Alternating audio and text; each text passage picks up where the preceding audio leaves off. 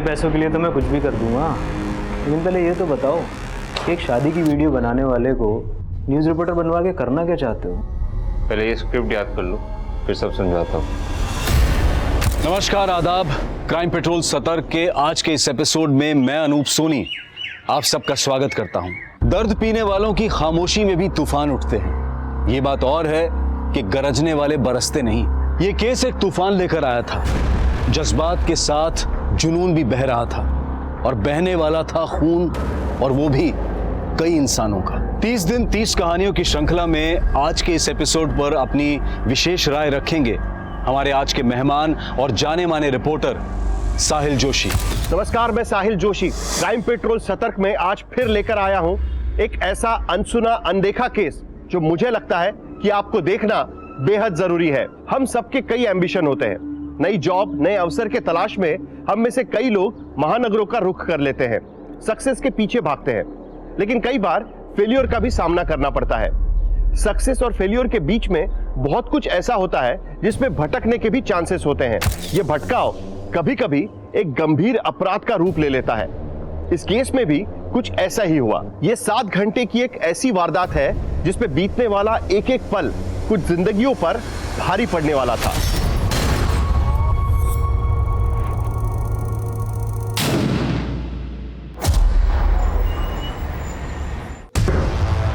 यह है plot number 160 जो मेरे पार्टनर ने पूरे 40 लाख रुपए देके कावेरी से खरीदा था।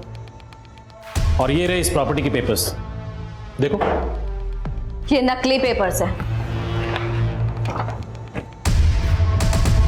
असली पेपर्स ये है। ये प्लॉट मैंने खरीदा है कावेरी से। इन पेपर से कुछ नहीं होगा मनीषा। तू जानती है कावेरी कोर्ट में वही बोलेगी जो हम उसको बोलने को कहेंगे। वो तो साफ बोल देगी। ये प्रॉपर्टी उसने मेरे पार्टनर को। तुमने कावेरी को भी खरीद लिया, लेकिन तेरे साथ में उसको भी अंदर करवा दूंगी। कुछ नहीं कर पाएगी तू। तेरी भलाई इसी में, जो पैसे मिल रहे हैं रख, और इस प्रॉपर्टी के लीगल राइट्स मेरे नाम कर दे, वरना। सूरजमल तेवतिया, तेरी धमकियों से डरती नहीं हूं मैं। मैंने भी कोई कच्ची गोलियां नहीं खेली। देख लेना तुम।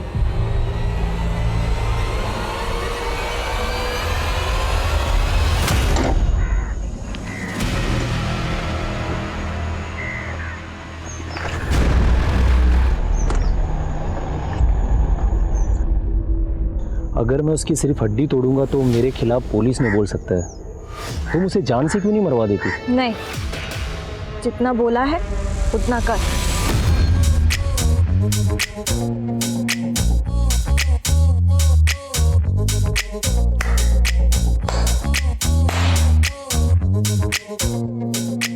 छाया, आज के लिए फिनिश कर दे।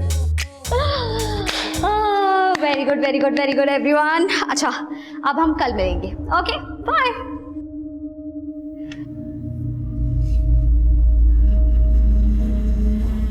हाय, आई एम मनीषा। मुझे यहाँ पे एडमिशन मिल सकता है? नो मैम, एक्चुअली हम बड़े लोगों को अकोमोडेट नहीं करते। इसके लिए आपको थोड़ा छोटा होना पड़ेगा। इतना छोटा चलेगा?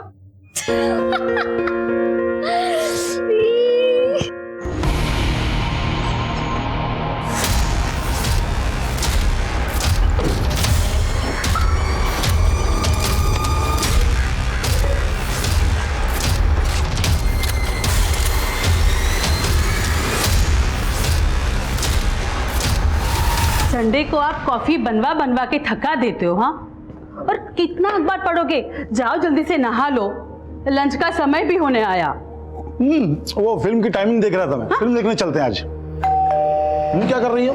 बाद में मत बोलना संडे को टाइम नहीं देता तुमको। हाँ भाई। अरे कौन है ये? क्या कर रहा है तू? अरे कौन? अरे क्या कर रहे हो? दीदी, आपका ये सूरजमल तेवतिया के साथ इशू क्या है?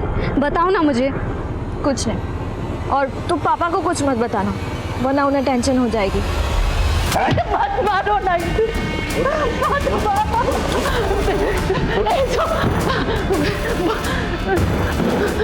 बोलो ना, तुम्हें क्या चाहिए? शांति। यहाँ कोई शांति नहीं रहती। दीदी अक्ल घुटने पे है क्या? हाँ, शांति मतलब चुप्पी। देखो मेरी बात सुन।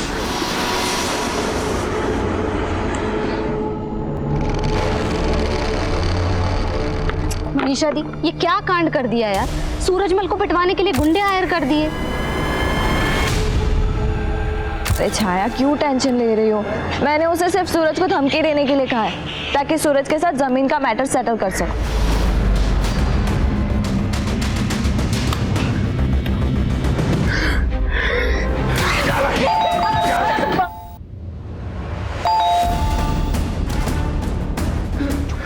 चुप चुप चुप चुप।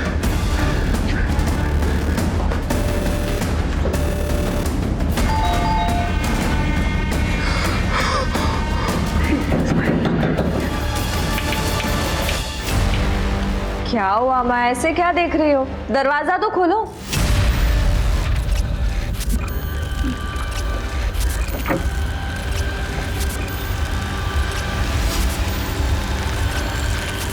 क्या हुआ?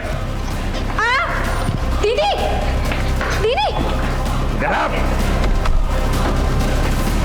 हट हट।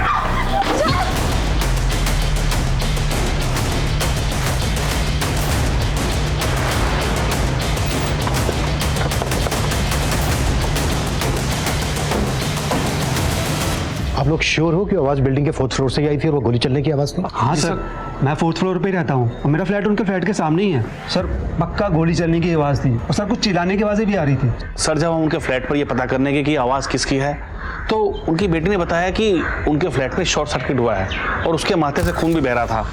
उसने हमें अंदर आने के लिए नहीं पूछा और अचानक से दरवाज़ा बंद कर दिया। अच्छा, तुमने बिल्डिंग के अंदर किसी अजनबी आदमी को आते हुए देखा था? नहीं साहब, मैंने यहाँ से किसी अजनबी को अंदर जाते हुए नहीं देखा। इसको बोलो कि गाड़ी अंदर ले ले। अगर वाकई में 4th फ्लोर पर कोई है तो उसको इस बात की भनक नहीं लगनी चाहिए कि पुलिस यहाँ पहुँच गई है। Okay sir.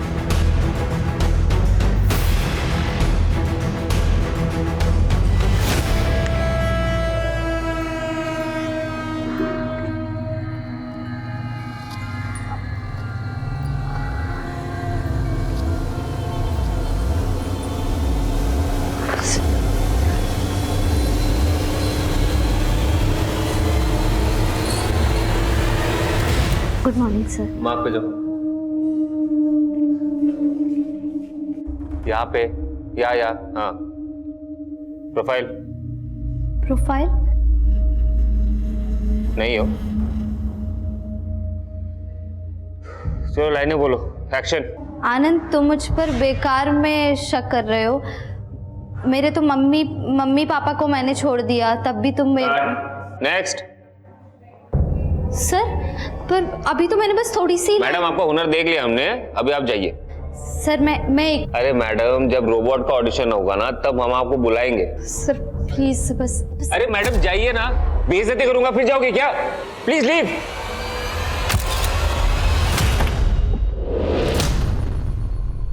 सर ये तो 2nd फ्लोर वाला राहुल है सर।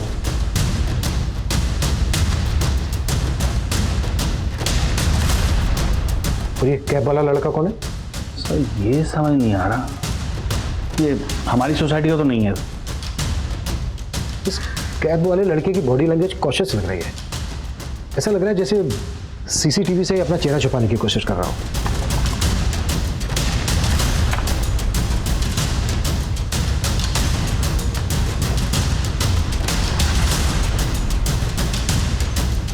वो कैब वाला लड़का महाराष्ट्र की नंबर प्लेट वाली गाड़ी लेकर यहाँ आया और बिल्डिंग के सेक्रेटरी का कहना है कि वो लड़का यहाँ का नहीं है। ये भी तो हो सकता है कि वो लड़का 4th फ्लोर पे ना जाकर किसी और फ्लैट में गया हो। बिल्डिंग के बाकी मेंबर से पूछा कि वो लड़का किस फ्लैट में गया। तो क्या चाहते हो? क्यों आए हो यहाँ? वैसे मैंने सोचा नहीं था कि हमारी पहली मुलाकात का ये मोड़ आएगा। ग्वालियर में तुमसे ये सामना हो जाएगा।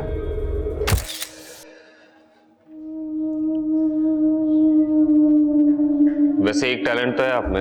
आपके कहने पे मेरे बॉस मुझे आपसे सॉरी कहने। विपुल,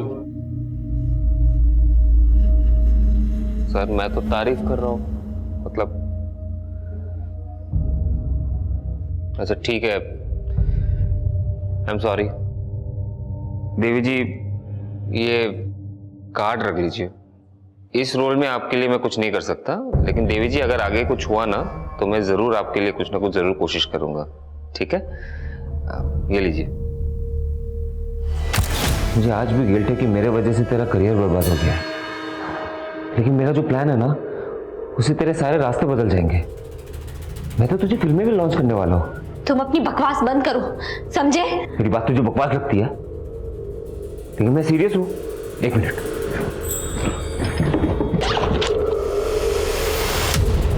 ये देख, मैं तो स्क्रिप्ट भी तैयार करके लाया हूँ। पता है किसने लिखी है?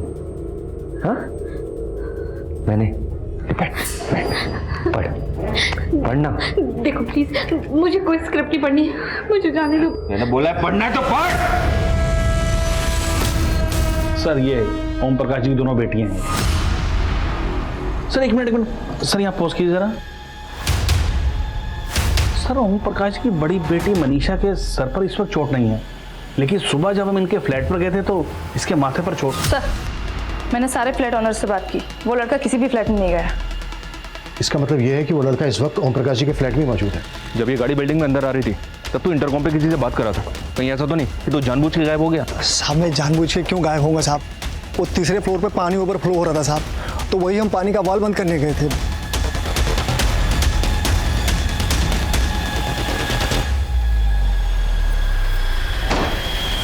सर कार में कोई भी पेपर्स नहीं मिले। गाड़ी के नंबर से पता करो कि ये गाड़ी किसके नाम पर और किस एड्रेस पे रजिस्टर्ड है। सर। हरपाल जी एक मिनट। जी सर। ओम प्रकाश जी का कोई रिलेटिव रहता है महाराष्ट्र में? सर ये तो मालूम नहीं कि उनका कोई रिलेटिव रहता है नहीं, लेकिन हाँ उनकी छोटी बेटी छाया कुछ दिन पहले तक मुंबई में रहती थी।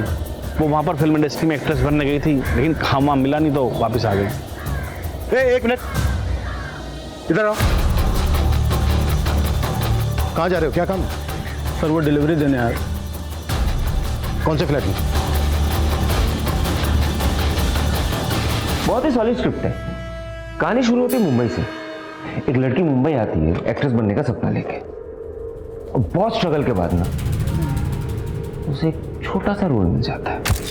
गरिमा, मेरा तो एक ही सीन का रोल है, ऊपर से मेरे कैरेक्टर की एक भी लाइन तक नहीं है। तेरी तो कितनी लाइंस हैं? 6 शॉट रेडी है। दीदी एक मिनट। विपुल सुनना, तूने तो बोला था इतना इंपॉर्टेंट कैरेक्टर है। कैसा इंपॉर्टेंट है? मेरे कैरेक्टर की एक लाइन तक नहीं है। इतने बड़े शो में तुझे काम मिला है, चुपचाप काम करने का नाटक क्यों कर रही है तू? मैं कोई मुंबई में भीड़ में खड़े होने के लिए नहीं आई हूँ, मुझे नहीं करना ये काम। इतना मगजमारी करके तुझे यहाँ पे काम दिलवाया है और उसको पता नहीं इतना ड्रामा। चुपचाप बैठ, रेडी हो। धमकी देने की जरूरत नहीं है, ठीक है ना? तभी काम करूंगी जब मुझे लाइन मिलेगी। पहले आंसू दिखाए, उसके बाद जब रोल दे दिया तो आंखें दिखाने लगी। भाई तो तुझे लाइनें चाहिए थी ना, ये पढ़ना, भर भर के लाइनें हैं। और आगे की सीन्स ऐसा है ना कि आंखों में खून उतर आएगा।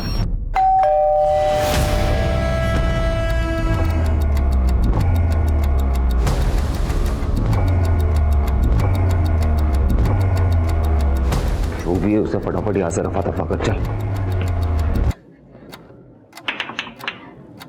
जी मैम, सबकाकार.com से आया हूँ। आपने ऑर्डर दिया था, आपका पार्सल है। हाँ, आप नीचे ही रख दीजिए। मैम पार्सल तो रख दूंगा, लेकिन आपको पेमेंट भी तो करना है। आपको कैश देना पड़ेगा 1024 रुपया। और मैम सिग्नेचर भी करना है। ये रजिस्टर्ड अंदर आएगा नहीं, आपको दरवाज़ा खोलना पड़ेगा प्लीज़।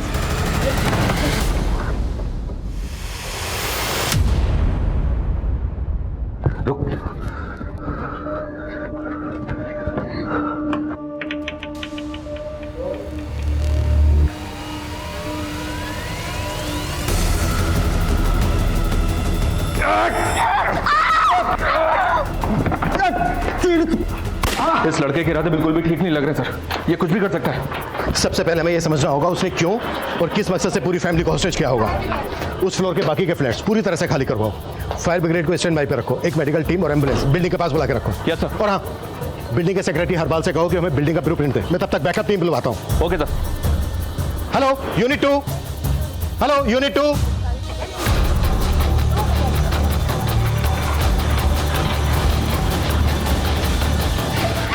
दरवाजा खोल। मुझे मारना है तो मार दो, लेकिन प्लीज मेरी फैमिली को छोड़ दो प्लीज। एक मिनट, डायरेक्टर को कन्विंस कर लिया तेरे लिए। अब गरिमा की ये वाली लाइन ना तू बोलने वाली है, ठीक है? मैंने मॉडिफाई भी कर दिया है। चल बोल के दिखा। मजे लिया।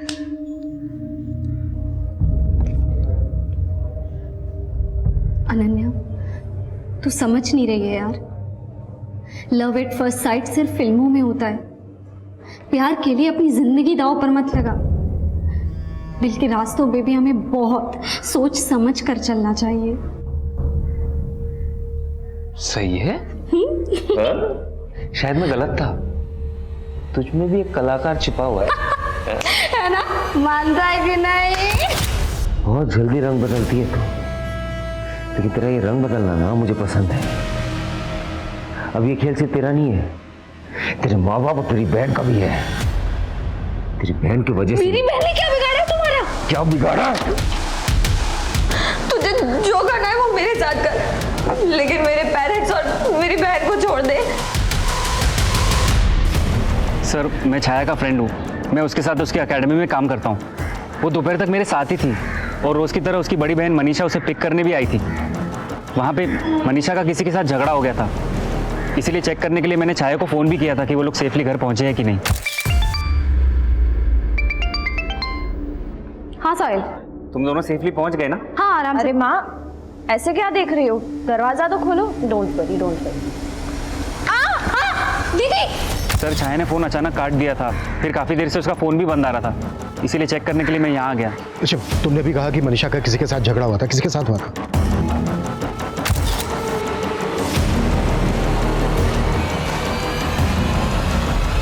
सर, वो सूरजमल तेवतिया के आदमी थे। मनीषा प्रॉपर्टी कंसल्टेंट है। उसका किसी ज़मीन को लेकर झगड़ा चल रहा था सूरजमल तेवतिया के साथ। सूरजमल तेवतिया? सर, ये सूरजमल तेवतिया तो बड़ा लैंड माफिया है। पहले भी धमकी के कई केसेस पर। ये भी तो हो सकता है जो अंदर लड़का है उसे सूरजमल तेवतिया नहीं भेजा हो मनीषा और उसकी फैमिली को धमकाने के लिए। राहुल, एक काम करो, इस सूरजमल तेवतिया को उठाओ, कुट्टो। शायद सूरजमल के जरिए हम उस लड़के को रोक सके। Okay sir. तुझे अपनी बहन के लिए कुर्बानी देने का बहुत शौक है ना? हाँ? मरना तो अब तुम सबको है। क्या किया तुमने मेरी बहन के साथ? हाँ?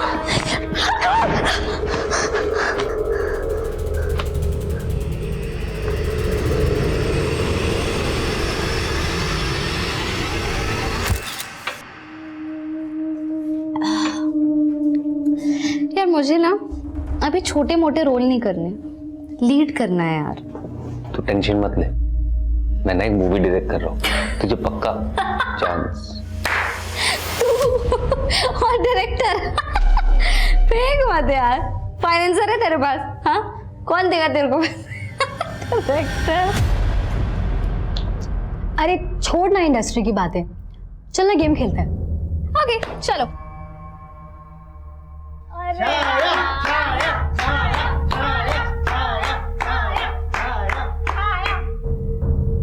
देख छाया, हमने तुझसे गाना गाने के लिए नहीं बोलेंगे। तुझे ना कुछ एक्साइटिंग सा करना होगा। क्या? तेरे ऑपोजिट में जो लड़का है उसे किस कर। ये क्या बदतमीजी है? कल हो गई है क्या?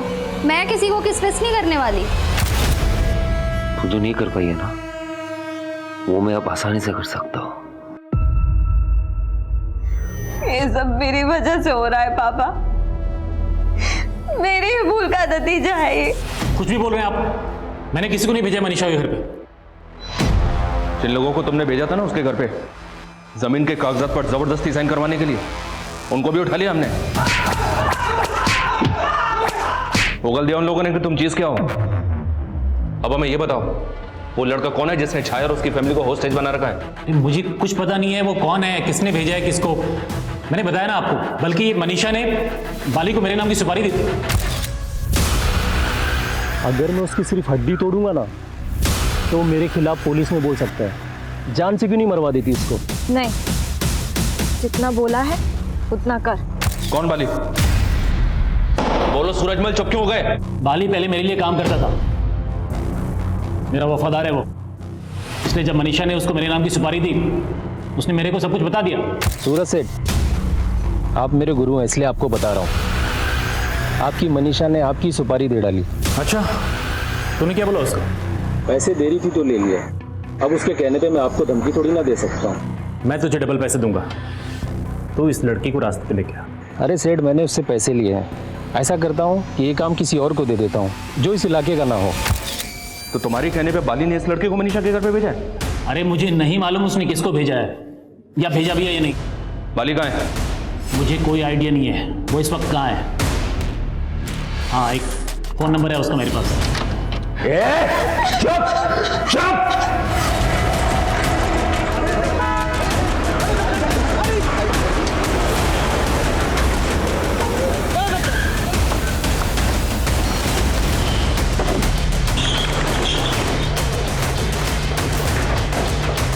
सबको सेफ्टी के साथ बाहर लेके जाओ, क्विक। हाँ राहुल, ये सूरजमल तेवतिया ने बाली का जो नंबर दिया सर वो बंद है, और ये बाली कहाँ अंडरग्राउंड है इसका कुछ पता नहीं चल रहा। आर यू श्योर उनके घर पे जो लड़का है उसको बाली नहीं भेजा होगा? कुछ कंफर्म नहीं है सर। बाली जैसा क्रिमिनल कुछ भी कर सकता है। इतना पूछने के बाद भी मुझे ऐसा लग रहा है सर ये सूरजमल अब भी हमसे कुछ छुपा रहा है। कुछ समझ में नहीं आ रहा है राहुल, ये सिर्फ डराने धमकाने की बात है या फिर गेम कुछ और ही है?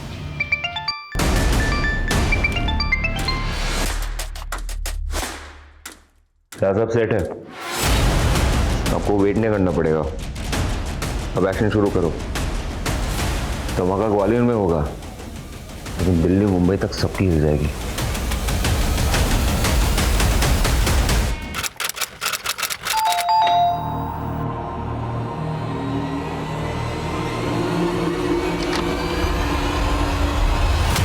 मैंने तुम्हें मना किया था ना मेरा पीछा करने को, क्यों कर रहे हो मेरा पीछा? मैम पीछा नहीं कर रहा था, मैं तुमसे बात करना अरे फिर मुझे तुमसे बात नहीं करनी है, तुम्हें क्यों नहीं समझ आ रहा? वो गिफ्ट लाया था तुम्हारे। मुझे तुम्हारा कोई गिफ्ट नहीं चाहिए, समझ नहीं आ रहा तुम्हें? तुम लड़कियों का ना समझ में नहीं आता, कभी जिंदगी में इतने करीब आ जाती हो हमदर्द की तरह, और जब निकालना होता है तो दूध में मक्खी की तरह निकाल देती हो। तुम जैसे लोगों का ना निकालना ही होता है, क्योंकि तुम एक नंबर के गुंडे हो, गुंडे। मेरी बात क्या बात सुनो, मुझे तुम्हारी बात नहीं मेरी बात सुनो। मैं ना तुम्हारे फायदे के लिए आ पाया। तुम क्या बोल रही थी कि मैंने मूवी को कोई फाइनेंस नहीं करेगा ना? अच्छे खासे भाइयों के साथ मेरा कनेक्शन है, ऐसे चुटकी में वो लोग फाइनेंस करते थे। देखो तुम्हें कॉम्प्रोमाइज करने की भी जरूरत नहीं होगी, है ना? तुम बस मुझे हाँ बोल दो, स्टार बना दूंगा।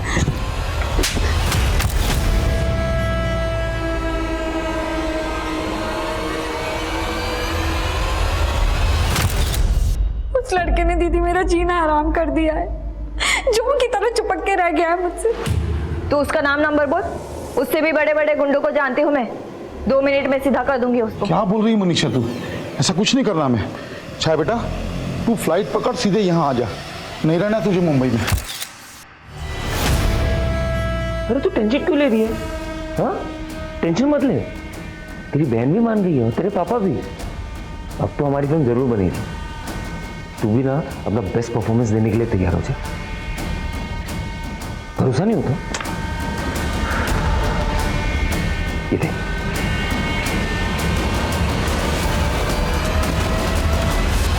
ये ओम प्रकाश के फ्लैट का ब्लूप्रिंट। हॉल में 2 विंडो हैं, हॉल के दोनों तरफ एक बेडरूम है, सिंगल बेडरूम में 1 विंडो है, मास्टर बेडरूम में 1 विंडो है। अगर हमने इनकी विंडो से घुसने की कोशिश की तो वो शूट कर सकता है। अब हमारे पास 2 जगह बचती हैं, मास्टर बेडरूम का बाथरूम इसकी विंडो, किचन के साथ जो बाथरूम है इसकी विंडो। हमें इन विंडो से अंदर जाना है। टीम रेडी करो।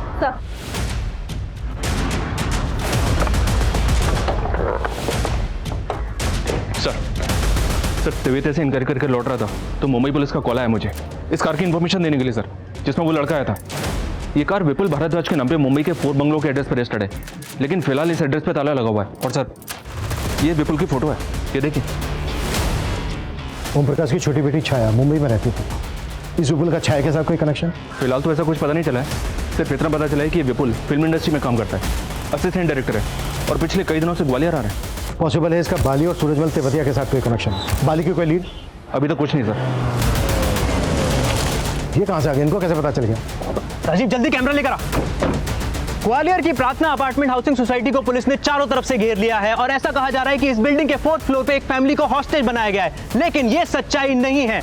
जी हाँ, दरअसल इस बिल्डिंग के अंदर जो कुछ भी हो रहा है उसकी कुछ वीडियोस वायरल हुई हैं और सच जानने के लिए आपका उन वीडियोस को देखना बेहद जरूरी है। लेकिन उन वीडियोस को दिखाने से पहले मैं चाहूंगा कि हमारे कैमरामैन यहाँ पर मौजूद पुलिस को दिखाएं कि किस तरीके से पुलिस ने इस पूरी बिल्डिंग को घेरा हुआ है और चप्पे चप्पे पे पुलिस खड़ी है और किसी का भी अंदर से बाहर निकलना इस वक्त नामुमकिन है।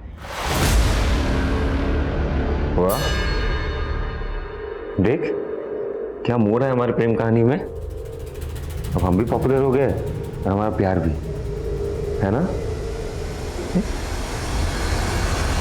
मेरे ऑर्डर का वेट करना, जब तक मैं ना बोलूं कोई मूव नहीं करेगा। क्लियर? Over and out. ये देखिए सर, ये कुछ वीडियो सोशल मीडिया पे वायरल हुए हैं। मैंने किसी को हॉस्टेज नहीं बनाया, मैं तो यहाँ छाया से मिलने आया था। हम दोनों एक दूसरे से बहुत प्यार करते हैं, एक दूसरे से शादी करना चाहते हैं, लेकिन पहले छाया की फैमिली और उसके बाद ये सोसाइटी, ये बिल्डिंग वालों ने मुझे फंसाया। और ये दूसरा वीडियो सर, ये देख। मैं मानता हूं कि मैं और मेरी बड़ी बेटी विपुल और छाया की शादी के खिलाफ थे, लेकिन अभी हम लोग इस शादी को करवाने के लिए तैयार हैं। तो मैं पुलिस से रिक्वेस्ट करता हूं कि वो वापस चली जाए, कि हमारी फैमिली का इंटरनल मैटर है। और सर ये तीसरा, मैं और विपुल एक दूसरे से बहुत प्यार करते हैं। ये बात सच है कि हमारा मेरी फैमिली से झगड़ा हो गया था, पर अब सब कुछ सेटल कर लिया है हम लोगों ने। ये लड़का बहुत बड़ा गेम खेल रहा है, ये यहाँ सब कुछ प्लान करके आया है और अब आसानी से भागने की फिराक में। इन वीडियोस ने चारों तरफ माहौल गर्म कर दिया था। इस वायरल वीडियो और सोशल मीडिया की लाइव फुटेज ने सनसनी पैदा कर दी है। इन वायरल वीडियोस ने ऐसा माहौल खड़ा कर दिया है कि चारों तरफ बेचैनी सी नजर आ रही है। इन वीडियोस में पुलिस को विलन बनाकर पेश किया जा रहा है, लेकिन सच्चाई क्या है? पुलिस फिलहाल बैकफुट पर है। पुलिस को यह समझ में नहीं आ रहा कि क्या डिफेंसिव मोड पे रहे या अटैकिंग मोड पे। इस क्रिमिनल के सनक भरे खेल में क्या यह परिवार बच पाएगा? पुलिस वालों का कुछ करना तो पड़ेगा।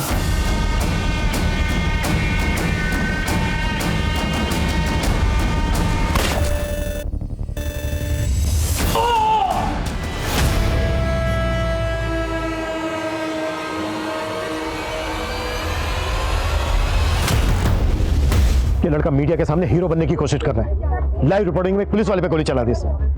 समझ में नहीं आ रहा है इसके दिमाग में चल क्या रहा है। और सर इसको कंट्रोल करने का कोई जरिया भी नजर नहीं आ रहा है। लाइव रिपोर्टिंग की वजह से हमारी एक एक एक्टिविटी पे नजर रखा है। अब समझ में नहीं आ रहा है किस पे गोली चला दे। राहुल, मीडिया वालों को हटाओ यहाँ से, दूर भेजो उनको यहाँ से। क्विक। Okay sir. हम यहाँ पर सच दिखा रहे हैं। यहाँ पर दो प्रेमियों को पुलिस अलग कर रही है, लेकिन हम पूरी रिपोर्टिंग करेंगे। और देखिए पुलिस हमें धक्का दे रही है। पुलिस हमारी रिकॉर्डिंग नहीं करने दे रही है। पुलिस देखिए, आप देख सकते हैं कि पुलिस किस तरीके से हमें धक्का दे रही है। हम सच का रिपोर्टिंग करने वाले, सिर्फ हम सच दिखाते हैं और अंदर जो कुछ भी हो रहा है वो हम सर। हाँ बिल्कुल बिल्कुल, हम रोको सबको। सर आप हमें रिपोर्टिंग। 1 मिनट, अंदर आओ, अंदर आओ। ये तुम्हारे कैमरे का बैटरी निकल गया, तुम फिर भी रिकॉर्ड कर रहे हो। क्या रिकॉर्ड कर रहे हो? दिखाओ जरा, चेक करो। और तुम सर,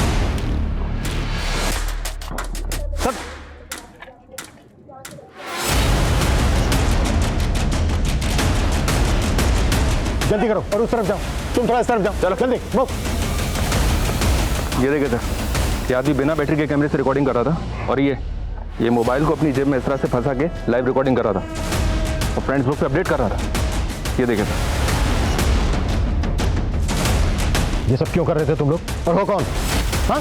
इसकी जेब से विजिटिंग कार्ड मिला सर। प्रकाश डिजिटल लैब, वेडिंग स्पेशलिस्ट। तो शादी में वीडियो बनाता है, तो फिर यहाँ पर न्यूज एंकर बनकर लाइव रिपोर्टिंग क्यों कर रहा था? बोल। सर वो लड़का, उसने पैसों का लालच दिया था सर।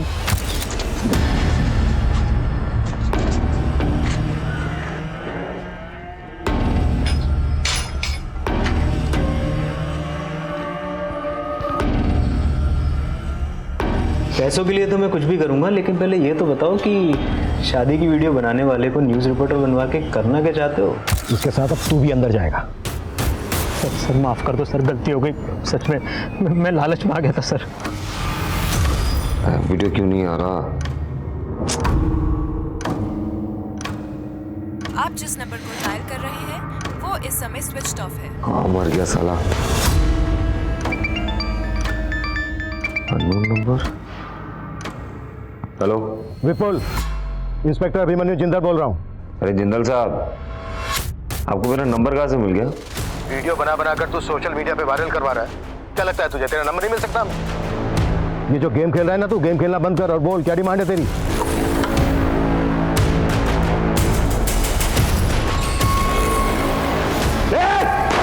विपुल,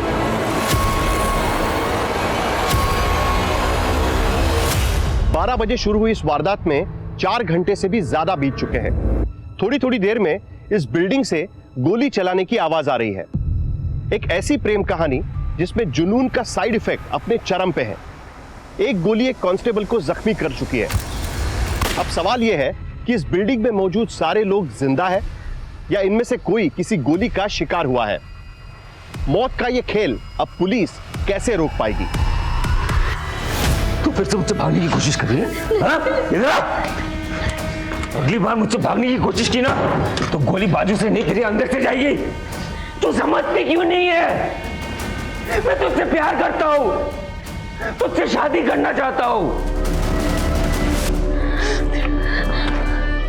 मैं तुझे कभी धोखा नहीं दूंगा, तू भरोसा रख मुझ पे। तूने मुझे कभी धोखा मत देना।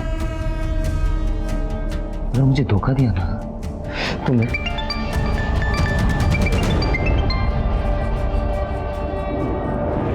हेलो, देखो मैंने तुमसे कहा था ना किसी को नुकसान नहीं पहुंचाओगे, फिर गोली क्यों चलाई तुमने और किस पे चलाई?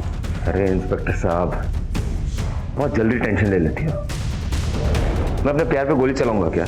हाँ ठीक है, सब कुछ ठीक है यहाँ पे। लो किसी से बात करो, बोलो सब कुछ ठीक है। हाँ सर मैं ठीक हूँ। हेलो हेलो छाया, देखा सब कुछ ठीक है, लेकिन अगर तुम लोग अपने हरकतों से बाज नहीं आओगे ना तो सब कुछ ठीक नहीं रहेगा। विपुल बताओ तुम्हारी डिमांड क्या है? मैं तुम्हारी हर एक डिमांड पूरी करूंगा, लेकिन तुम छाया और उसकी फैमिली को कोई नुकसान नहीं पहुंचाओगे। पहले तो यहाँ पे जितने भी पुलिस वाले सबको हटाओ, एक भी टिकनी नहीं चाहिए। मुझे और छाया को सेफ पैसेज चाहिए, वरना पता है ना। नहीं, देखो तुम छाया को कोई नुकसान नहीं पहुंचाओगे और ना ही उसकी फैमिली को। अरे पहले करके तो दिखाओ, फिर देखते हैं। हमें तुम्हारी शर्त मंजूर है। मैं अपनी पूरी टीम को लेकर यहाँ से जा रहा हूँ। मिशन अबॉर्ड, सब नीचे आ जाओ।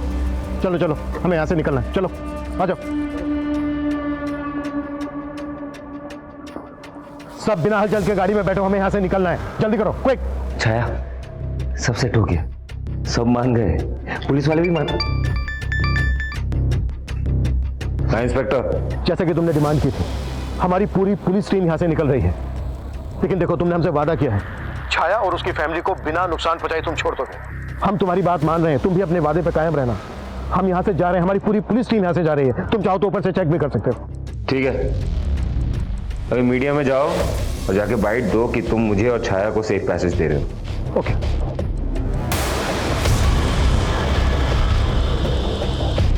गुड।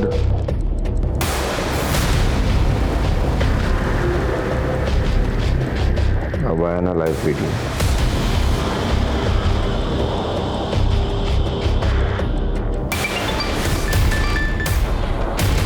हेलो हेलो, कहाँ मर गया था बे? अरे वहाँ पुलिस आ गई थी ना, तो मैं थोड़ा दूर से रिकॉर्ड कर रहा हूँ। तो चिंता मत कर, नीचे सब क्लियर है, मैं देख रहा हूँ, मैं ध्यान दे रहा हूँ।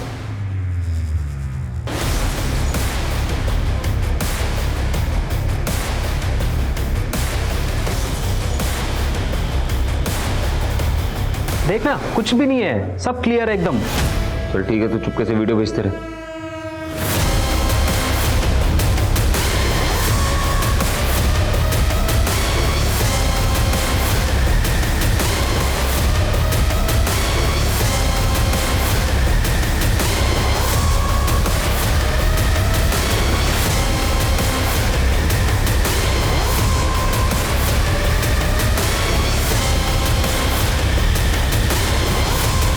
वीडियो में कोई भी नहीं है, वहां तो लोग क्यों हैं?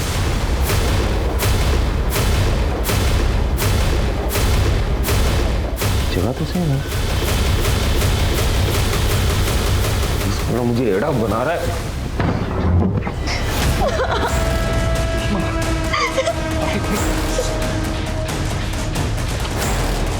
साले मुझे फंसाने की कोशिश कर रहे हैं सब के सब। ये कोई नहीं छूऊंगा।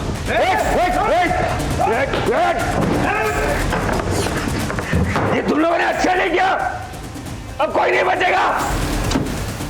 सर अंदर एक औरत बेहोश पड़ी है, रेस्क्यू करो, हॉस्पिटल पर जाओ जल्दी।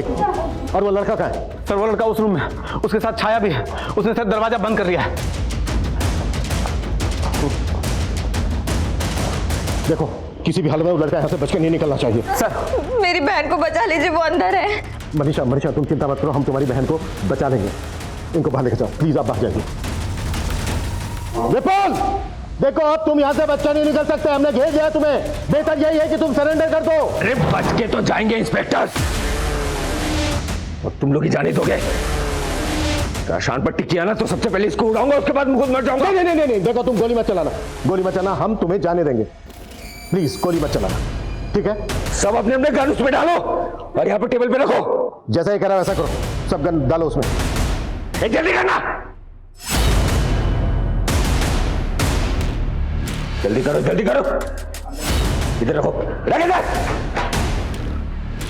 साइड हो, इस तरफ। देखो देखो विपिन, मेरी बात सुनो।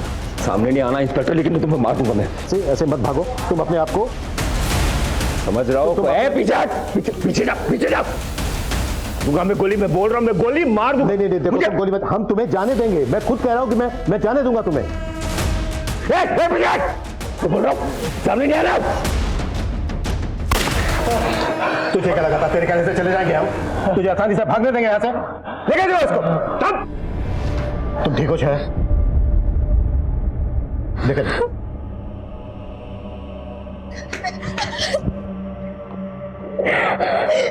मम्मी कहाँ है? कैसी है? वो हॉस्पिटल में, पापा है उनके साथ। तू ठीक तो है ना?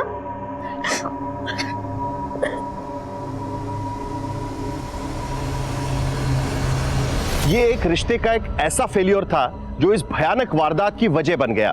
विपुल जैसे सरफिरे हर जगह मिलते हैं।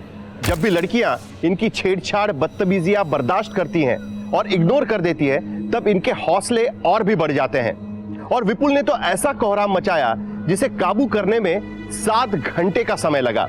जब हम मुसीबतों से दूर भागते हैं तब हमें लगता है कि मुसीबतें दूर हो गई, लेकिन मुसीबतों को जब तक हम जड़ से नहीं उखाड़ देते तब तक मुसीबतें हमारा पीछा नहीं छोड़ती। प्रेम कहानी में जज्बात जब एक तरफा हो तो जुनूनियत अक्सर ऐसा ही फितूर अख्तियार कर लेती है। लेकिन छाया विपुल के सरफिरेपन से अच्छी तरह से वाकिफ थी। अगर वो मुंबई में रहते हुए विपुल के खिलाफ कानूनी कार्रवाई कर लेती तो शायद विपुल ये हौसला करने से पहले कई बार सोचता और छाया और उसके परिवार की जान यूं खतरे में नहीं पड़ती। देखते हैं हमारे आज के एपिसोड की दूसरी कहानी।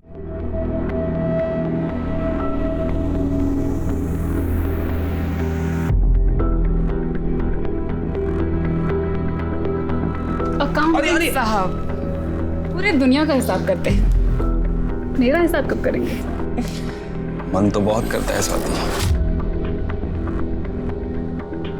लेकिन तुम तो जानती हो कमाई इतनी है ही नहीं कि फैमिली शुरू करने के बारे में सोच भी सके। मंथ एंड आते आते तो जेब खाली हो जाती है। बस एक अच्छी सी परमानेंट जॉब मिल जाएगी ना, फिर टेंशन खत्म हो जाएगी। राजीव, कहते हैं भगवान जिसे पैदा करता है उसका खाने का इंतजाम भी कर देता है। और क्या पता उसके आते ही हमारी किस्मत बदल जाए। ख्याल तो बहुत अच्छा है, लेकिन स्वाति अगर ऐसा नहीं हुआ तो ऐसे उदास मत हो। तो जहाँ इतना सब्र किया है थोड़ा सा सब्र और करो ना।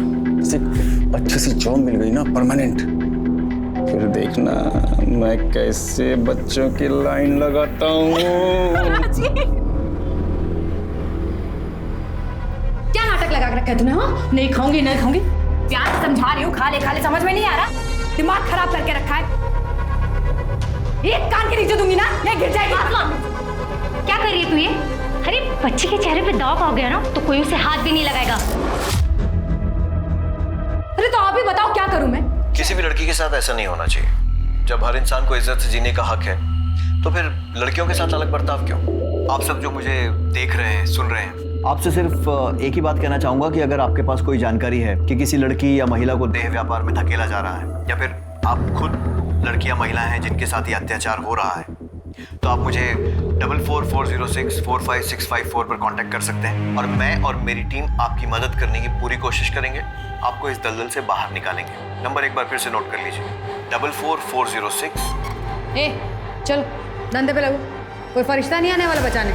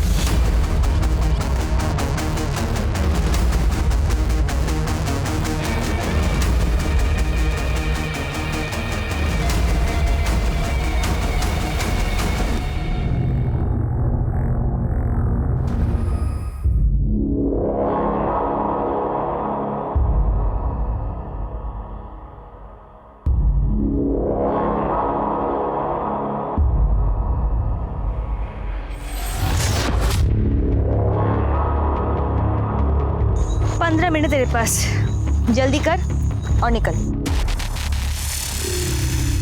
भगवान की दया से धंधा बहुत अच्छा चल रहा है।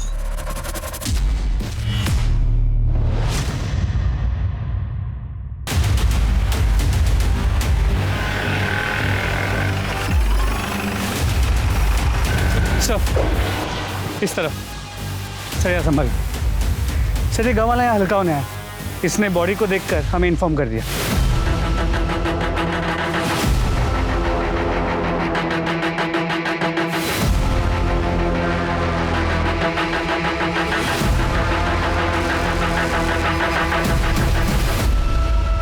सब मरने से पहले सेक्स हुआ है, रेप, सेक्सुअल असॉल्ट या कोई जबरदस्ती, ऐसा कुछ भी दिखाई नहीं दे रहा। पूरी बॉडी पे कोई निशान नहीं है सर, सिर्फ गले पे ये निशान। गाँव वालों ने बताया कि एक प्रोस्टिट्यूट है और ये सेटअप, ये कॉन्डम्स, ऐसा लगता है कि ये अपने कस्टमर्स को लेके यहीं आती होगी। और हाँ सर, शुक्ला, बॉडी के पास से पर्स मिला था और इसमें ये आइडेंटिटी कार्ड। विजय सिंह हो सकता है इसका कस्टमर होगा और इसी ने उसे मारा हो, लेकिन कस्टमर इसे क्यों मारेगा? सिर्फ पैसे के लिए? हो सकता है सर, क्योंकि बॉडी के पास सिर्फ उसका पर्स मिला है, लड़की का सामान या लड़की का आईडी प्रूफ ऐसा कुछ भी नहीं मिला। हो सकता है सब कुछ लेके फरार हो गए हों और जल्दीबाजी में सिर्फ पर्स यहाँ पे छूट गया। एक्सक्यूज मी, हेलो, कहाँ पर? ठीक है, मैं भी पहुँचता है सर। यहाँ से 5 किलोमीटर दूर एक जली हुई बॉडी मिली है। बॉडी को पोस्टमार्टम के लिए भेजो और पूरे एरिया की अच्छे से तलाशी लो। Sir, let's go.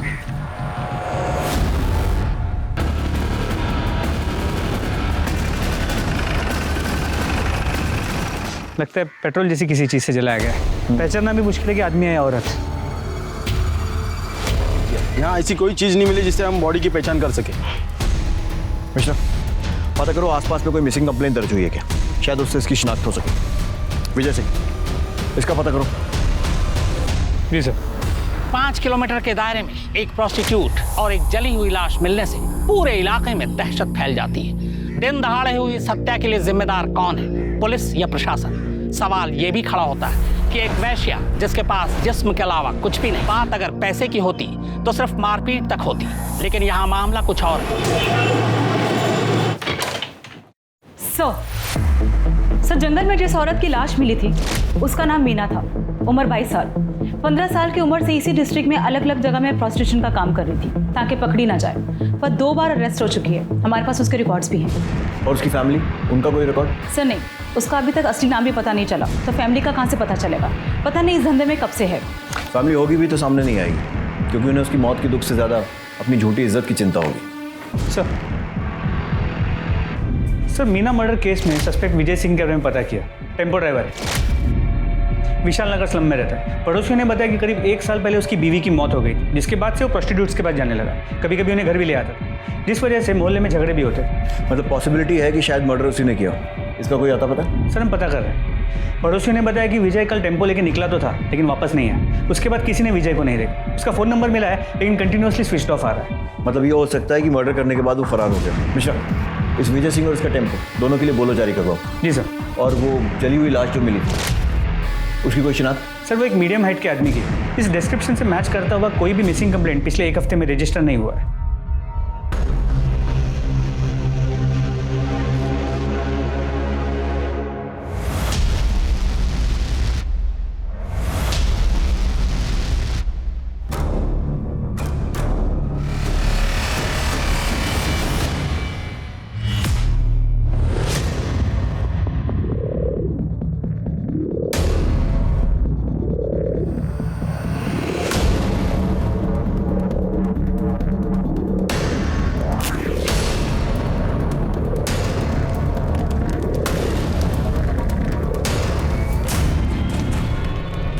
दीपू, और लेके आ रहे, आदमी चल जाएगा।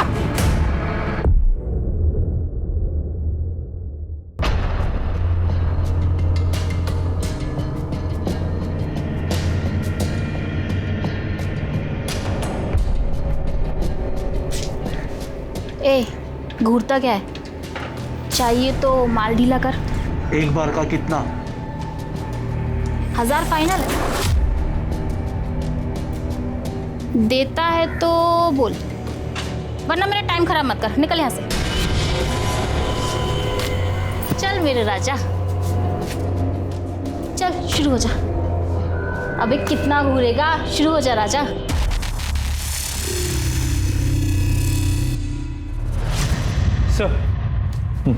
सर मीना की मौत 18 तारीख की रात 8 से 11 बजे के बीच गला दबाने की वजह से हुई। गले पे मार्क्स के अलावा बॉडी पे कहीं चोट, खरोच या स्ट्रगल के निशान नहीं मिले। सेक्स हुआ है, सीमेंट ट्रेसेस भी मिले, लेकिन सर रेप या सेक्सुअल असॉल्ट जैसा कुछ साबित नहीं हो रहा। मिश्रा, इस विजय सिंह के घर से उसके डीएनए सैंपल लो और इस सीमेंट के साथ मैच करो। जी सर। इसके टेम्पो का कुछ पता चला? सर हम पता कर रहे हैं, लेकिन अब तक कोई इन्फॉर्मेशन नहीं मिली। सर जंगल में जली हुई बॉडी की पोस्टमार्टम रिपोर्ट्स। मेल बॉडी है, 28 से 35 के बीच। 18 तारीख की रात को 8 से 11 के बीच गला दबाने से मौत हुई है। इससे मिलती जुलती कोई मिसिंग कंप्लेंट? नहीं सर, हमने आसपास के पुलिस स्टेशन में पता किया, अभी तक कोई कंप्लेंट नहीं आई। सर आ चुका। एक मिनट। हेलो, क्या? कहाँ पे? एक मिनट होल्ड कीजिए। तो गणेश नगर में एक औरत की बॉडी मिली है। बॉडी की इन्फॉर्मेशन मिलने के पहले ही तो आ गया? नहीं सर, ऐसा नहीं है। ये तो फ़ोन अभी आपके सामने आया। मैं तो पहले वाली फ़ोन की इन्फॉर्मेशन देने आया था कि आदर्श नगर में एक आदमी की जली हुई बॉडी मिली है।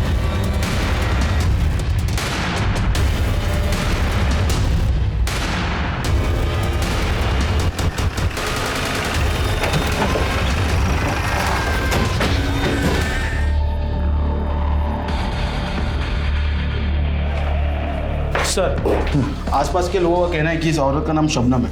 ये इस एरिया में धंधा करती थी सर। इन लोगों ने कई बार इसकी कंप्लेंट भी की है सर, लेकिन ये इसके बाद भी इस कमरे में कस्टमर बुलाती थी। ठीक है, चारों तरफ अच्छे से तलाशी लो। Okay sir. Sir sex rape या सेक्सुअल असॉल्ट जैसा तो कुछ नहीं लग रहा है। शरीर पर कोई चोट का निशान भी नहीं है, सिर्फ एक गले पे निशान है सर। ये देखिए, ऐसा लग रहा है कि ये गला घोटने की वजह से इसकी मौत हुई है। कौन है ये जो ये ऑलरेडी मजबूर और सताई हुई औरतों के साथ ऐसा कर रहा है? सर ये पर्स मिला है। कमल राणा। हमेशा सर यहाँ भी एक जली हुई बॉडी मिली है, ठीक वैसे ही जैसे पिछले केस में थी। इसे भी पेट्रोल डाल के जलाया गया। ठीक है, मैं पहुंचता हूँ।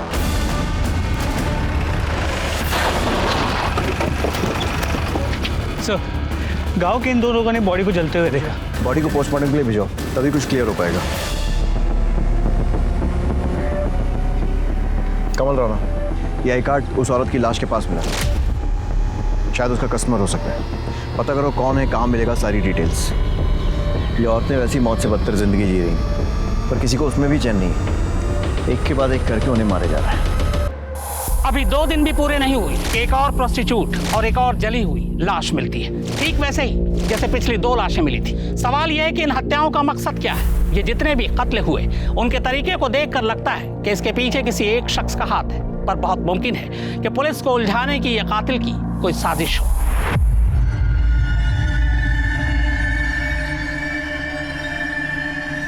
बुलबुल, बुलबुल, बुलबुल, बुलबुल, कहाँ जा रही है? दरवाजा खोल। हाँ मैं रात भर कहाँ मर रहे हो तुम लोग? अरे कोई पकड़ो उसे।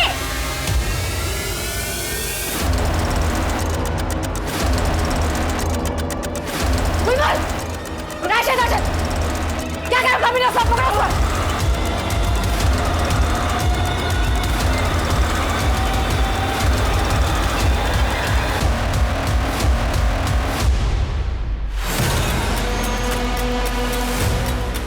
बुलबुल, अपने आप से बाहर आ जा। आपा तेरे को जान से मार देगी। है बुलबुल, सब देखते हैं।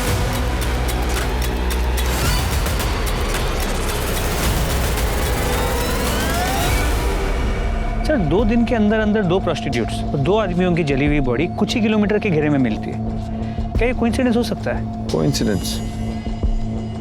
मिश्रा, सिर्फ मर्डर नहीं हुआ है, दोनों प्रोस्टिट्यूट्स की लाशों के पास में ड्राइविंग लाइसेंस मिला है।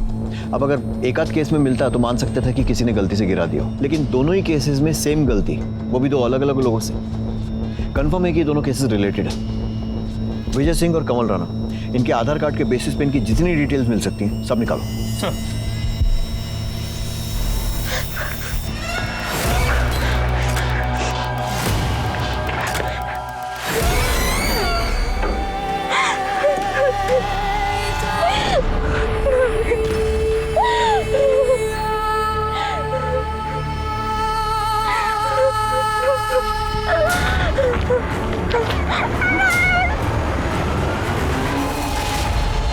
सुनिए, अभी निकलना जरूरी है क्या?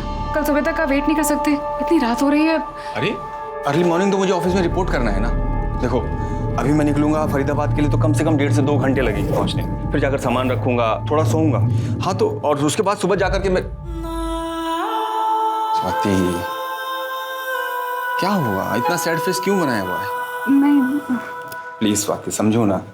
देखो ये बिल्कुल वैसी जॉब है जैसी मैं करना चाहता हूँ। पता नहीं राजीव, मुझे बहुत घबराहट सी हो रही है। अरे तुम बस ये सोचो कि अपना नया घर कैसे सजाओगी। चलो अब खुश हो जाओ। पहुंच के फोन करना। हाँ ठीक है, मैं निकलता हूँ और तुम अपना ध्यान रखना।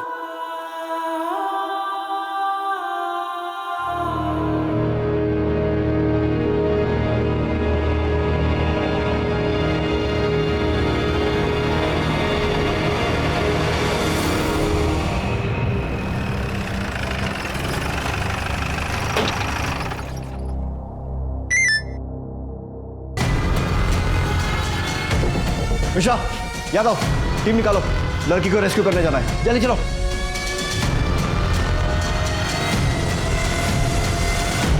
पुलिस को मिली सूचना के अनुसार यहाँ पर एक 13 साल की बच्ची को जबरदस्ती रखा गया और उस पर बहुत ज्यादा अत्याचार किए गए और इस बात की जानकारी पुलिस को खुद उस बच्ची ने दी और राहत की बात यह है कि पुलिस उसको बचाने में कामयाब हुई है।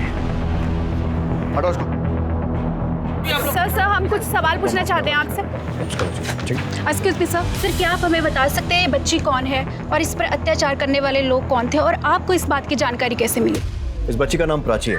इसके माँ बाप नहीं, अनाथ, अपने इन रिश्तेदारों के साथ रह रही थी और ये लोग इस पर अत्याचार कर रहे थे और ज़बरदस्ती से मजदूरी करवा रहे थे। फिलहाल हम लड़कियों को एनजीओ के हवाले कर रहे हैं और इन लोगों के खिलाफ मुकदमा दर्ज करने जा रहे हैं। हम बच्ची को उसके माँ बाप तो नहीं लौटा सकते, लेकिन एनजीओ के साथ कम से कम वो एक नॉर्मल लाइफ जी पाएगी।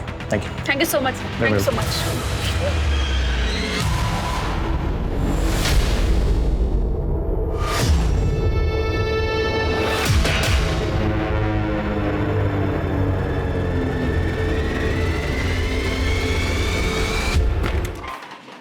सर, विजय सिंह के आधार कार्ड से तो कोई लीड नहीं मिली, लेकिन कमल राणा के आधार कार्ड से उसकी फैमिली की डिटेल्स मिल गई। उन्हें कांटेक्ट किया तो उन्होंने कहा कि उसके लेफ्ट पाँव में स्टील की रॉड थी और हमें जो जली हुई डेड बॉडी मिली है उसके लेफ्ट पाँव में भी स्टील की रॉड।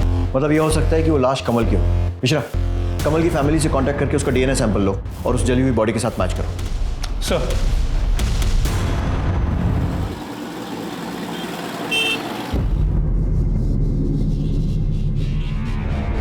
अबे तो पहली बार आया है ना, इसलिए तुझे ऐसा लग रहा है। टेंशन मत ले, तुझे बहुत मजा आने वाला है। और ये पुलिस वुलिस ना जुबेदा मैडम के जेब में होती है बे।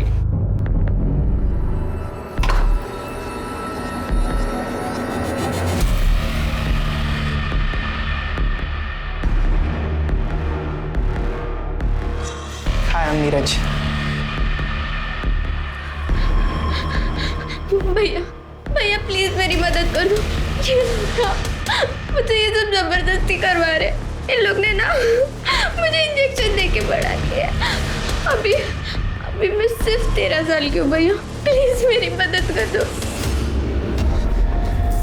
अक्षय, मैंने बोला था ना कोई पछाड़ा नहीं चाहिए मेरे को। अरे क्या हुआ, क्यों गला फाड़ ले? बताएगा हुआ क्या है? इसने मुझे बोला था वो लड़की 18 साल की है। उस लड़की ने मुझे खुद बताया वो 13 साल की लड़की है और तुम लोगों ने मिलकर उसे इंजेक्शन दिया है बड़ा होने। साली को तो मैं भी देखती हूँ, बताती हूँ उसे।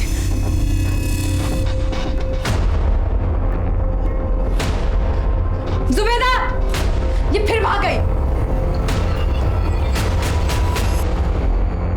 तो क्या यह तय था कि इन मर्डर्स को अंजाम देने वाला कोई सीरियल किलर ही था जो जानबूझकर देह व्यापार करने वाली औरतों के पास उनके आखिरी कस्टमर का आईडी कार्ड प्लेस करता था ताकि पुलिस मर्डर के इल्जाम में एक ऐसे मुजरिम की तलाश करे जो खुद शिकार था और कभी हाथ नहीं लगने वाला था, और वो इसलिए क्योंकि उसे जलाया जा चुका था। और अगर ये सच था तो ऐसा खेल रचने वाला कौन हो सकता था?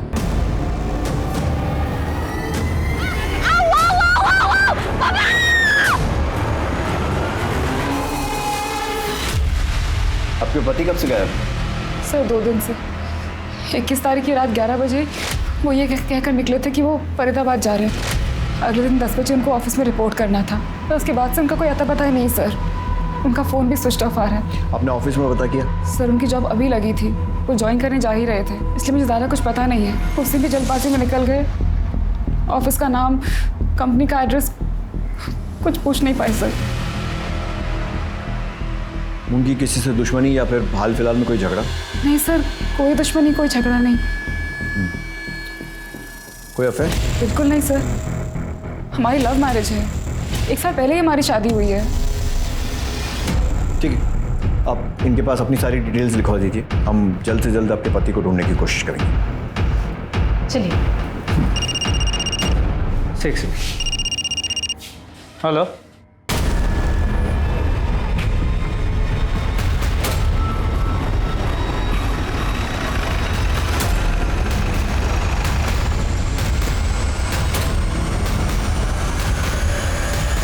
आसपास चेक करो। सर सेम पैटर्न का तीसरा केस, यहाँ ये, और वहाँ 4 किलोमीटर दूर एक आदमी की जली हुई डेड बॉडी, जिसके पास कोई फोटो आईडी नहीं। सर ये पर्स मिला है। और शायद बाकी केसेस जैसे मरने वाला भी इसका कस्टमर होगा, जिसका ये पर्स।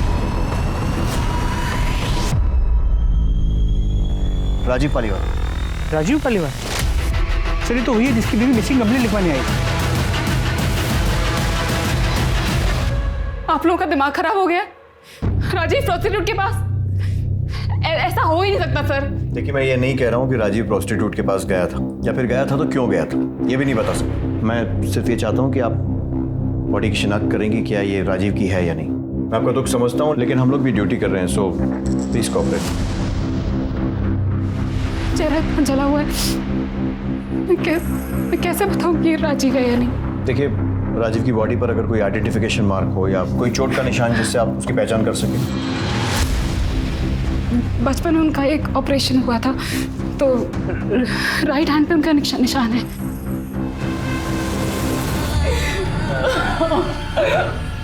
राजीव की फैमिली में और कौन कौन है? कोई नहीं है सर। कोई तो होगा। होगा भी तो मुझे नहीं बताया सर, मुझे नहीं पता।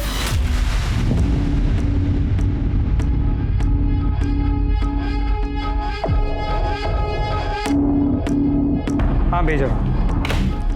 सुनो, ये फाइल आज ही भिजवा दो इमीडिएटली। ठीक है सर। सर मुझे एनओसी इशू करवानी है। एनओसी? किस लिए? राजीव पालीवाल के घर पर कब्जे के लिए। आप कौन?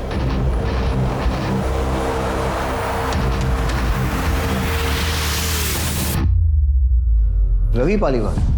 जी सर, रवि पालीवाल, राजीव पालीवाल का जुड़वा भाई। सर न्यूज़पेपर में पढ़ा कि राजीव का मर्डर हो गया है, इसलिए मैं चाहता हूं उसके घर की एनओसी इशू कर दी जाए, ताकि ऐसे ही कोई उसके घर पे कब्जा ना कर ले। सर ये हमारे बर्थ सर्टिफिकेट्स और राशन कार्ड वगैरह जरूरी दस्तावेज आप चेक कर लीजिए सर। अब उसके जाने के बाद इकलौता वारिस मैं ही हूँ सर।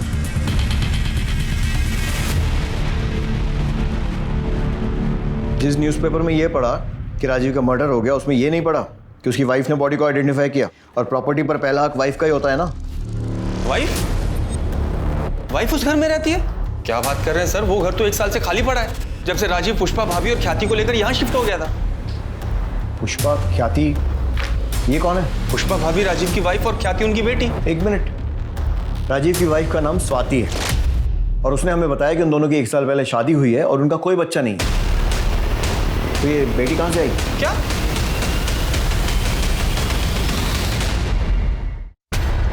सर 1 साल पहले हमारी शादी हुई थी, ये रहा उसका प्रूफ। और आप हैं कौन? आप कौन है मतलब राजीव ने मुझे कभी नहीं बताया कि उनका कोई जुड़ा भाई भी है, और ना ये बताया कि उनकी पहली शादी हुई है जिससे उनकी बेटी भी है। ये बात तो मैं भी आपके बारे में बोल सकता हूँ, क्योंकि राजीव ने मुझे भी कभी नहीं बताया कि उसने कोई दूसरी शादी भी कर रखी है। मेरे लिए तो पुष्पा भाभी उनकी वाइफ है और ख्याति उनकी बेटी, जिनसे मैं 6 साल पहले मिला था। तब ख्याति बहुत छोटी थी, अब तो कुछ 12-13 साल की होगी सर। क्या बकवास कर रहे हैं आप? जिस घर में शिफ्ट हुए हमें 1 साल भी नहीं हुआ, उस घर में आप उनसे 6 साल पहले मिल चुके हैं। मैं आपके घर की बात नहीं कर रहा हूँ सर, मैं हमारे फरीदाबाद वाले घर की बात कर रहा हूँ। उसी घर के लिए मुझे एनओसी भी चाहिए। आप राजीव के साथ उसी घर में रहते थे? जी सर, शुरू से हम लोग साथ ही रहते थे। इनफैक्ट मम्मी डैडी के जाने के बाद तक हम लोग साथ ही थे। फिर मैं काम के चक्कर में पुणे शिफ्ट हो गया। मुझे याद है करीब 2 साल बाद राजीव ने शादी की थी। मैं शादी में भी नहीं आ पाया था सर, काम बहुत ज़्यादा था, तो अभी 6 साल पहले मैं पुष्पा भाभी और ख्याति से पहली बार मिला था। ये झूठ बोल रहे हैं सर। अगर सच होता तो राजीव ने मुझे बताया होता। सर, मैं कोई बहस नहीं करना चाहता हूँ सर। आप डॉक्यूमेंट्स देख लीजिए, सब सच और झूठ पता लग जाएगा। जब राजीव और मैं पैदा हुए तो हमारे हाथ जुड़े हुए थे, बाद में ऑपरेशन करके अलग किया गया, निशान आज तक है। हाथ पे निशान की बात तो आपने भी कही थी। राजीव के कौन से हाथ पे निशान था? सर सीधे हाथ पर। बिल्कुल सही है सर, मेरे उल्टे हाथ पर है। ये देखिए, जब हम पैदा हुए हमारे हाथ जुड़े हुए थे सर।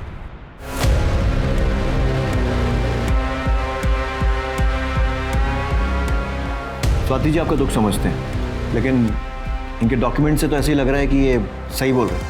और वैसे अगर आप ध्यान से देखें, मूंछ लगाकर ये हूबहू राजीव जैसे ही दिखते हैं।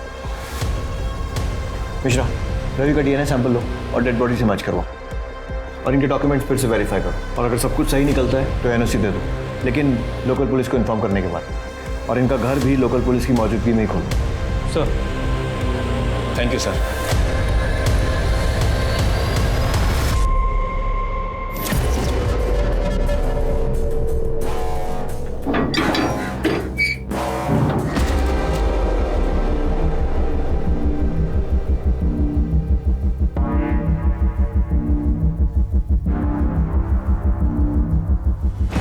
गुप्ता,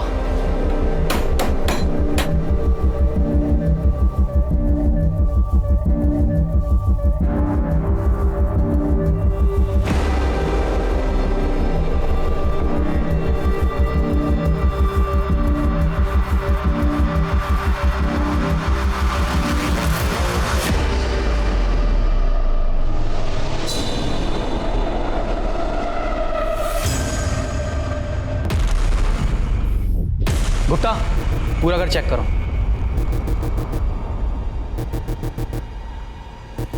ये कंफर्म मर्डर लग रहा है। बॉडी जानबूझकर नमक डालकर गलाई गई है ताकि बदबू दबाई जा सके और बॉडी गलकर खत्म हो जाए। मरे हुए काफ़ी महीने हो चुके हैं, सिर्फ कंकाल बचा है। इस केस की फाइल हमें हैंड ओवर करो, क्योंकि इस केस से जुड़ा हुआ केस हम ऑलरेडी इन्वेस्टिगेट कर रहे हैं। ओके, इनसे इस केस की फाइल ले लेना। Okay sir.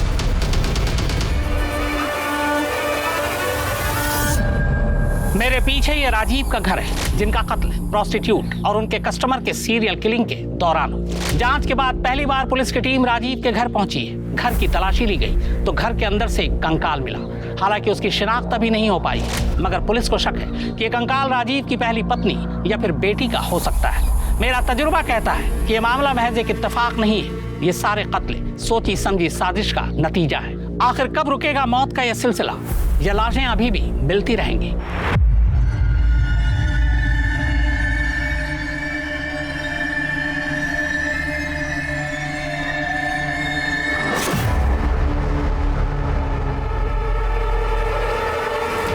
आप बता सकते हैं मरने वाला कौन हो सकता है?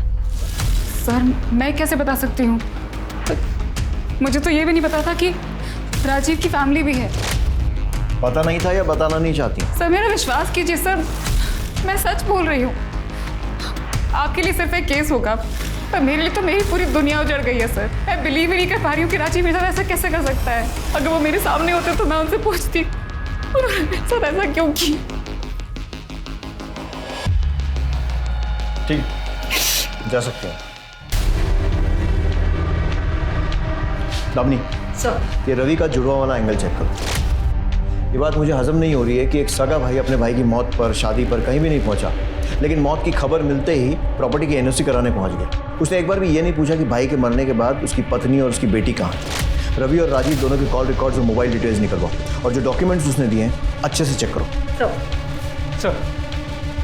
सर मैंने राजीव के फरीदाबाद वाले घर के पड़ोसियों से पूछताछ की। उन्होंने कहा कि राजीव अपनी पहली बीवी पुष्पा और बेटी ख्याति के साथ उसी घर में रहता, पर करीब 1 साल पहले अपनी बीवी और बच्ची को लेकर अचानक से कहीं गायब हो गया। उसके बाद किसी ने उसे वापस नहीं देखा। और हाँ सर, पड़ोसियों ने कहा कि अभी कुछ दिन पहले उन्होंने एक लड़की को देर रात उस घर के बाहर देखा था। मैं खुद डर गई थी सर। पहले लगा कि भूत है। लड़की का मुंह बंद करके घसीटते हुए जबरदस्ती गाड़ी में बिठा के लेके गए। साहब एकदम कंच लाल पिस्टल लगा रखी थी, जैसे वो रेड लाइट एरिया में औरतें लगाती है ना, वैसे साहब। देखने में एकदम बच्ची, मतलब शरीर छोटा, जैसे उम्र बड़ी ही नहीं। साहब वो 2 मुस्टंडे उस दिन उसको खींच के लेके जा रहे थे, गाड़ी में बैठाया। मुझे वो लोग सही नहीं लगे साहब, बिल्कुल। सर मुझे लगता है कि इसमें प्रोस्टिट्यूशन रैकेट वालों का हाथ। हमेशा सिर्फ प्रोस्टिट्यूशन नहीं, ह्यूमन ट्रैफिकिंग और ड्रग्स का भी एंगल हो सकता है। चारों तरफ नजर रखो, आंखें खुली रखो। खबरियों को भी अलर्ट कर दो। ज़रूरत पड़ती है तो फरीदाबाद पुलिस से भी हेल्प लो, मैं बात कर लूँगा। और ये रवि और स्वाति पर भी नज़र रखो। इनकी ये जुड़वा भाई, 2-3 शादियाँ, प्रॉपर्टी, इन सारी की सारी बातों पर मुझे डाउट हो रहा है। सर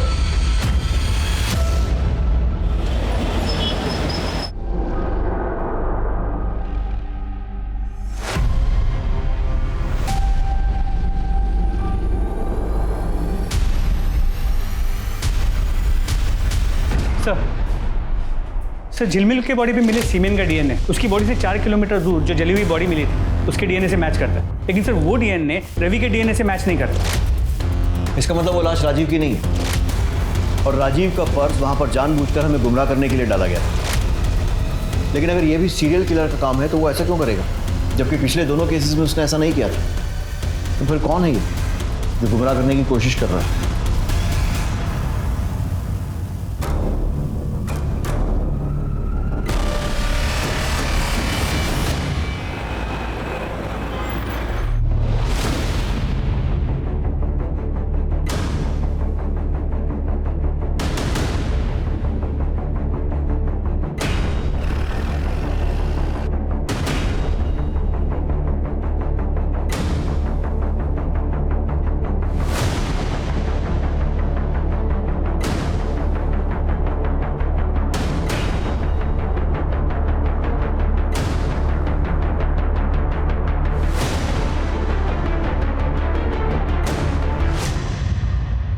घबराओ मत, हम हैं तुम्हारे साथ। क्या नाम है तुम्हारा? ख्याति।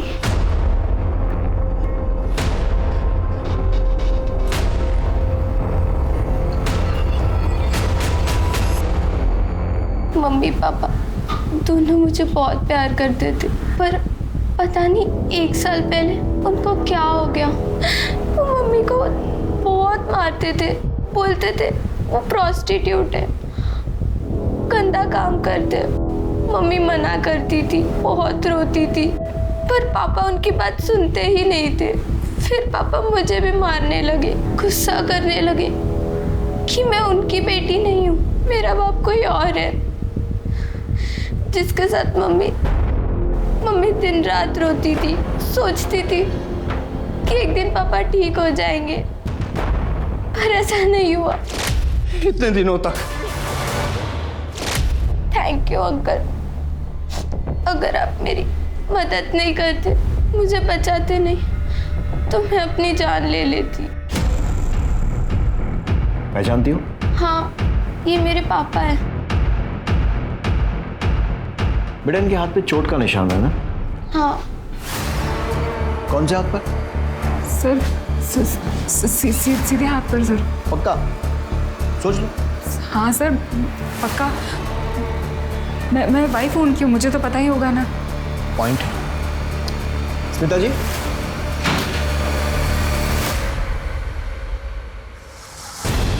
ये बेटी है राजीव की। आपकी शादी को 1 साल हुआ होगा, लेकिन इसने अपने बाप को बचपन से देखा है और इसका कहना है कि उसके दाएं नहीं बाएं हाथ पर निशान है ना बेटा? हाँ अंकल, पापा के सीधे हाथ पर नहीं, उल्टे हाथ पर निशान है। सर मैंने उतना ही किया सर जितना राजीव ने मुझसे करने को कहा। तूने इसे क्या कहा था और क्यों? पुष्पा की वजह से, एक प्रोस्टिट्यूट की वजह से मेरा घर, मेरी जिंदगी बर्बाद हो चुकी थी। मुझे लगा मैं पकड़ा जाऊंगा, इसलिए मैंने अपनी राजीव पालीवाल की पहचान को मिटाने का सोचा। लेकिन नए नाम, नई जिंदगी के लिए पैसे चाहिए थे जो मेरे पास नहीं थे। अगर मैं घर बेचने जाता तो आस पड़ोस के लोग मुझे पकड़ लेते, इसलिए मैंने जुड़वा का नाटक किया ताकि पुलिस के सामने घर में घुसूं। और राजीव तो मर ही चुका था, पुष्पा और ख्याति की कहानी भी खत्म ही थी, पर उसके पहले हम ख्याति तक पहुंच गए। समाज जिन बेचारी औरतों को छुप कर नरक जैसी जिंदगी जीने पर मजबूर करता है, तूने उन्हें वहां भी चैन नहीं लेने दिया। किसने हक दिया तुझे उनसे नफरत करने का? तूने जो किया है ना, मैं इस बात की गारंटी लेता हूं कि अब जेल में तेरा एक एक दिन बद से बदतर बीतेगा। तब तुझे समझ में आएगा कि तूने किया क्या है। राजीव ने कुल 11 लोगों को मारने की बात कबूल की, जिनमें 5 वेश्याएं थी। उसका कहना था कि वो समाज से वेश्यावृत्ति को खत्म करना चाहता था। प्रोस्टिट्यूट, वेश्या, ये शब्द हमारे समाज में गाली के तौर पर इस्तेमाल किया जाता है, पर अगर ये गाली है तो फिर ये गाली पूरी मर्दजात और समाज के लिए, न कि सिर्फ औरतों के लिए होनी चाहिए, क्योंकि औरत का ये रूप मर्दों ने अपनी वासना को पूरा करने के लिए बनाया, पर आज भी औरतों को उनका हक और अधिकार नहीं दे पाया। इन मजलूम औरतों की बदतर हालात कब सुधरेंगे? ये काम सिर्फ कानून बनाने से नहीं होगा, बल्कि ये काम होगा जब समाज में इन औरतों के साथ हमदर्दी और सहानुभूति जताई जाएगी। अब मैं अनूप सोनी आपसे विदा लेता हूं। फिर मुलाकात होगी क्राइम पेट्रोल सतर्क में एक और नए केस के साथ और उस पर हमारे एक्सपर्ट के विश्लेषण के साथ। तब तक अपना और अपने परिवार का ख्याल रखें, सतर्क रहें, सुरक्षित रहें और देखते रहें क्राइम पेट्रोल सतर्क। जय हिंद। क्राइम पेट्रोल के और भी दिलचस्प कहानी देखने के लिए हमारे चैनल को सब्सक्राइब करें और बेल आइकॉन दबाना न भूलें।